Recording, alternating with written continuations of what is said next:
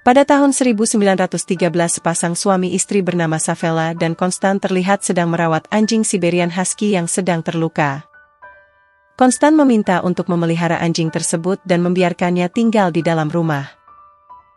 Dikarenakan anjing tersebut terlihat lucu dan menggemaskan. Tetapi karena si anjing ini selalu bikin rusuh dan selalu mengganggu pekerjaan Savella, hingga membuatnya marah.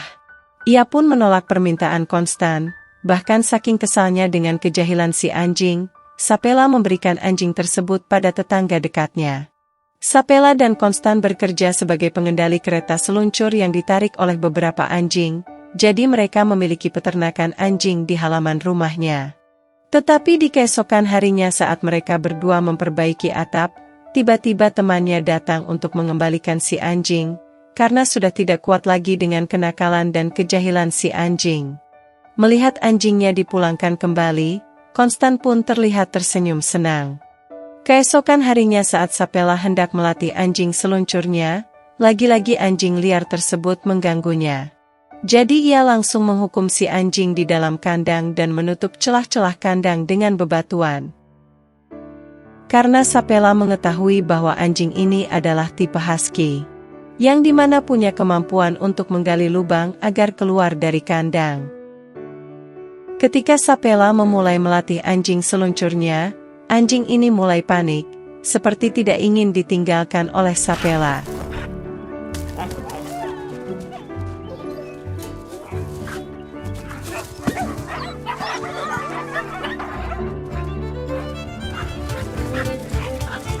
Karena Savella sudah tidak sanggup lagi menghadapi kenakalan si anjing, akhirnya lagi-lagi Savella memberikan anjing tersebut kepada temannya.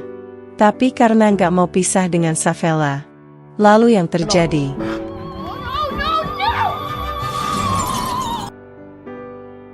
Hingga keesokan harinya saat ia melatih anjing seluncurnya, tiba-tiba anjingnya telah kembali dan betapa kagetnya Savella saat mengetahui anjing tersebut terluka. Savella pun bermaksud untuk membawa anjingnya pulang dengan duduk bersamanya di dalam kereta. Namun si anjing malah berlari ke arah anjing-anjing yang lain, seakan menunjukkan kalau si anjing nakal ini pengen jadi anjing penarik kereta juga. Akhirnya ia pun menaruh anjingnya di barisan anjing-anjing lain, tetapi tak disangkanya si anjing yang nakal ini punya kecepatan berlari lebih kencang daripada anjing yang lain. Jadi Savella akhirnya menjadikan anjing nakal tersebut sebagai pemimpin. Dan benar saja berkat pimpinan anjing tersebut kereta seluncur menjadi lebih cepat dibandingkan dengan sebelumnya. Seketika itu juga Savella bangga dengan kelincahan anjingnya, yang awalnya membenci. Kini Savella malah jadi menyukainya, sampai-sampai ia memberikan nama dengan sebutan Togo, yang artinya seorang pemimpin. Tak hanya lincah dan berjiwa pemimpin, ternyata Togo juga mempunyai sikap sopan santun terhadap majikannya. Ia tak berani masuk ke kamar majikan jika majikan tak menyuruhnya. Singkat cerita, Togo yang sudah resmi menjadi pemimpin anjing seluncur. Kini Togo dan majikannya mengikuti sebuah perlombaan, di mana mereka harus melewati rute yang sangat jauh, bahkan membutuhkan 4-5 hari untuk melewati rute tersebut. Meskipun perlombaan ini adalah pengalaman pertama buat Togo, namun ia mampu berlari dengan cepat, hingga membuat anjing-anjing yang lain mengikuti langkah Togo.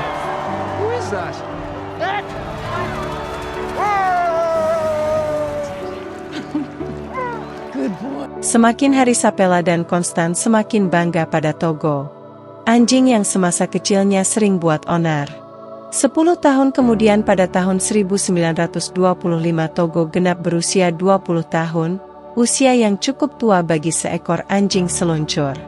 Kala itu Togo dan Savella tengah pergi ke kota untuk membeli persediaan makanan. Namun sesampainya di sana Savella dibuat bingung dengan keadaan kota yang begitu sepi. Sampai akhirnya salah satu warga memberitahu bahwa di kota itu sedang terjangkit wabah yang mematikan. Hampir menjangkit semua penduduk kota termasuk anak-anak. Tepat di hari itu semua orang termasuk wali kota tengah mengadakan rapat mengenai serum wabah yang berada di kota Nenana, di mana untuk menuju kota tersebut membutuhkan perjalanan panjang. Sementara pesawat tidak akan bisa mengirimnya karena badai besar akan segera datang. Dengan kebaikan hatinya Sapela yang baru saja datang menawarkan bahwa ia dan Togo akan mengambil serum tersebut. Sebelum pulang, seorang dokter mengajak Sapela untuk melihat anak-anak yang sedang dirawat.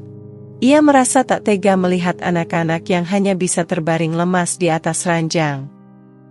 Sesampainya di rumah, Sapela mulai mempersiapkan kereta luncurnya. Sebenarnya sang istri tidak menyetujui keputusan suaminya, karena usia Togo yang sudah tua. Kemungkinan besar ia bisa membahayakan nyawa mereka berdua. Namun Sapela mencoba meyakinkan istrinya akan kondisi anak-anak dan warga lain yang terjangkit wabah di kota. Keesokan harinya, subuh-subuh sekali mereka berdua pun berpamitan pada Konstan. Sebelum pergi Konstan membisikkan pesan pada Togo agar dia menjaga tuannya dengan baik.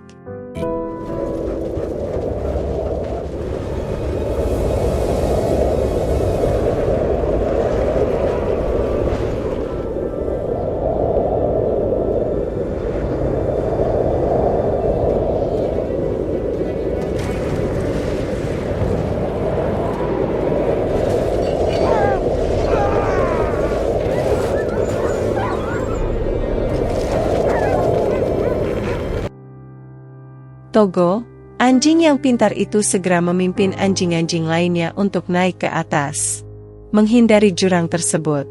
Namun nahasnya kaki Togo terluka, dan harus segera diobati. Sapela pun memutuskan untuk beristirahat di penginapan di sana. Kaki Togo diobati oleh si pemilik penginapan. Dan keesokan harinya Sapela dan Togo melanjutkan perjalanannya. Dengan kaki yang masih terluka, Togo masih tetap berusaha berlari kencang. Dan untuk menghemat waktu akhirnya Sapela pun memilih jalan tercepat melewati sungai Norton yang sudah membeku.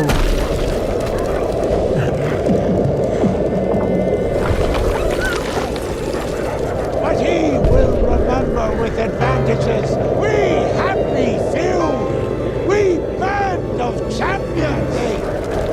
Then shall Berkat kegigihan dan kecepatan Togo, mereka pun bisa melewati danau dengan selamat.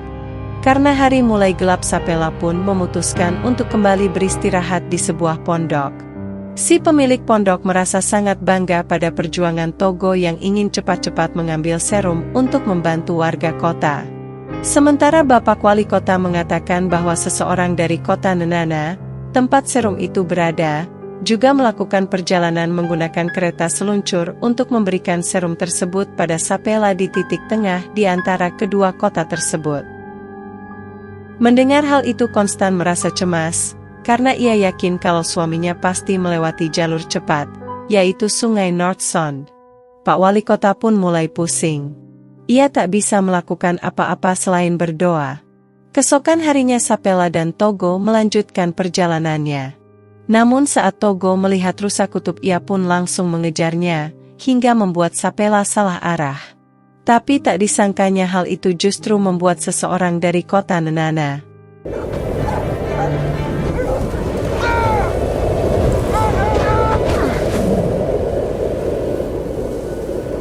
Secara tak sengaja mereka bisa bertemu di penginapan.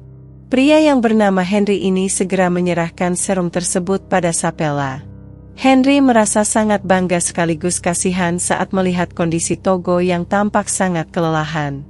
Demi kesehatan Togo, Henry pun menyarankan Sapela meninggalkan anjingnya, namun Sapela menolak dengan tegas. Karena tanpa Togo di sampingnya ia akan gagal membawa serum tersebut. Keesokan harinya Sapela melanjutkan perjalanan pulang. Namun lagi-lagi mereka harus melewati rintangan mematikan, yaitu sungai North Sound.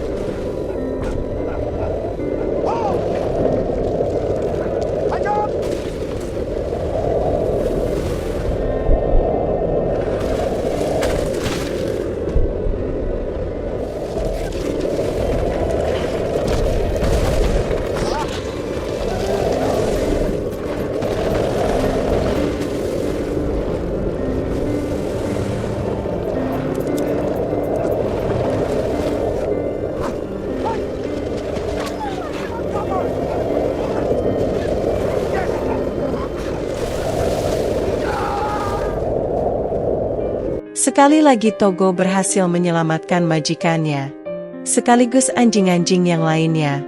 Di penginapan pertama kemarin, si pemilik penginapan tak bisa menahan air matanya saat melihat kondisi Togo yang semakin melemah. Tapi Sapela tak punya pilihan lain, karena hanya Togo lah yang mampu membantu menyelamatkan anak-anak di kota yang sedang terserang wabah penyakit.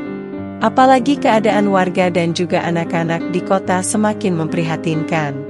Bahkan mereka hampir mati. Untuk berjaga-jaga, akhirnya wali kota mengirim seseorang yang bernama Dexter untuk menyusul Sapela. Dan ia meminta Konstan untuk memberikan anjing pemimpin yang layak. Sementara Sapela masih harus melewati rintangan terakhirnya, yaitu menaiki bukit yang tinggi. Oh! I can't help you. I can't see. Wake up!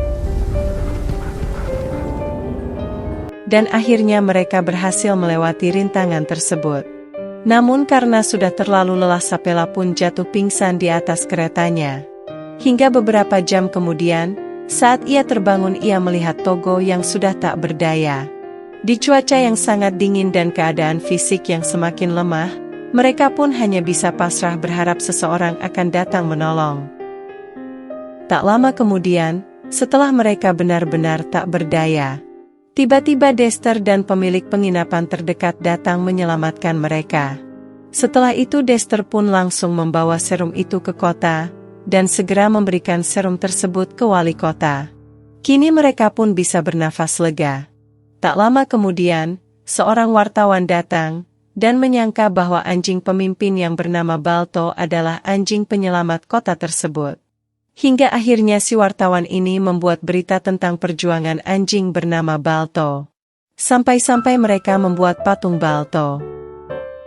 Keesokan harinya, saat kondisi Sapela dan Togo mulai membaik, mereka pun segera kembali pulang. Namun betapa kecewanya Sapela saat mengetahui berita tentang Balto, yang menyebutnya sebagai anjing pahlawan. Namun keesokan harinya para warga berbondong-bondong mendatangi rumah Sapela untuk memberikan bingkisan, sekaligus mengucapkan rasa bangga dan rasa terima kasih yang sangat besar pada Togo dan juga Sapela. Rupanya meskipun berita tentang Balto sudah tersebar luas, ternyata para warga tahu bahwa Togo lah anjing penyelamat yang menyelamatkan penduduk kota dari wabah mematikan. Beberapa hari kemudian Togo yang masih sakit tidak diperbolehkan lagi menarik kereta luncur oleh Sapela. Hingga saat Togo melihat majikannya kembali bekerja.